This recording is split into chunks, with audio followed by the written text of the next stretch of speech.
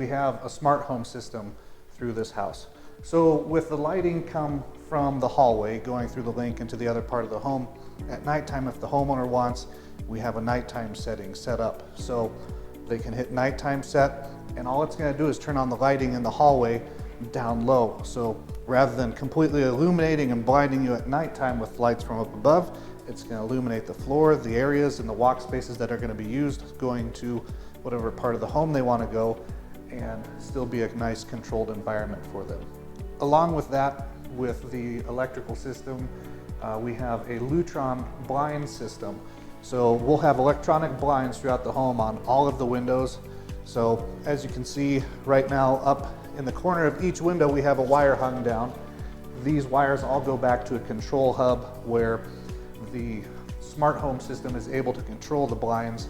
So whatever siding you want, whether you want to close them, whether it's at nighttime, you want to have just a little bit of shade, they're able to control those any time and day of the week. So being able to incorporate lots of fun things with the smart home systems that we have now to make a home perform smarter, and not just smarter, but even more energy efficient. The blinds, we can have things set up with knowing what time of day it is. Hey, we're gonna have south sun, let's drop those south blinds. Come towards the end of the day with the west sun as the sun sets, let's control those blinds as well, dropping those down so that you're able to sit inside the home.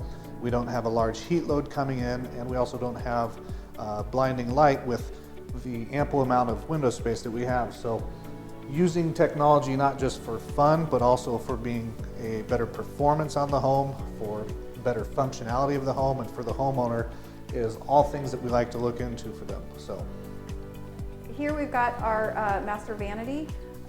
We're going to have a sink here and then a lower sink here, something that you're able to roll up to if you're in a wheelchair. And just this is a nice little makeup area. We've got a nice window right here to let in some natural light. Through here we have the walk-in closet with, of course, natural light. Always love having that natural light come in. The toilet over here, a walk-in shower around this way. And yeah, it's been really great working with the homeowner, trying to find some different materials, tile and flooring and countertops. typically, we'll come into a master bathroom and the tile, the flooring, it'll be heated just in that specific area. We'll use electric mats to do that. Back to what we talked about earlier in this house with the hydronic heated floor system. With that, we have been able to use that throughout the floors in here, but as we go into the walk-in shower, you're able to see how that hydronic flooring system is placed in the floor. And here, since we're using hydronics, we're actually able to carry the heated floors into the shower floor, which typically we can't do with an electric floor system, as just not good to combine the possible shock ability of electric and water. So here you can see the hydronics. Throughout the house, we have this hydronic piping sent through the floors. And sitting on top of the concrete floor slab on this end of the house, we have a 2x4 sleeper system and then silica sand placed in between every one of those 2x4s that were laid at 16 inches on center.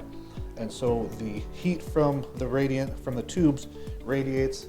It heats up that sand just like if you were on a beach in the summertime. And as you feel that sand get warmer, it's going to radiate up and through the floor. So coming throughout the rest of the house, we have that same principle. And going into the shower, we take the tile floor and transition it right on in. And we have the hydronic floors in here and throughout the rest of the house, heating the floor and the home in the wintertime. So this right here is just one of the zones that we were talking about with the radiant heat and the hot water lines that come in. So as you can see, we have them identified as hot and cold.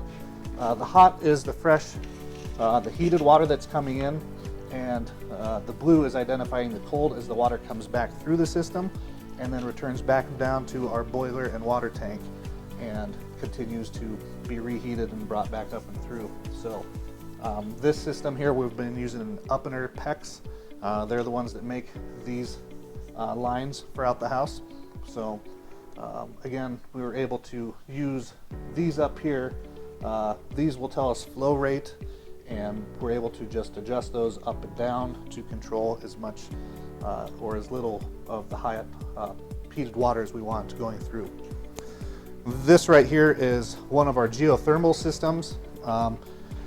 This is for the living quarters of the house. So through here we're controlling the air temperatures from the link on over. So all of the bedrooms and office and sleeping quarters are handled on this system right here, and that way we're able to maintain a more consistent temperature in the house for this area of the home where, you know, sleeping or whatever it may be. Right in here is another one of our mechanical smart home closets. This is a dual purpose. This is going to be a coat closet and auxiliary closet for them when they have guests over. Inside this area though is where we have all of the smart home, the cameras, the data cables, and then again another zone system for the radiant heated floor.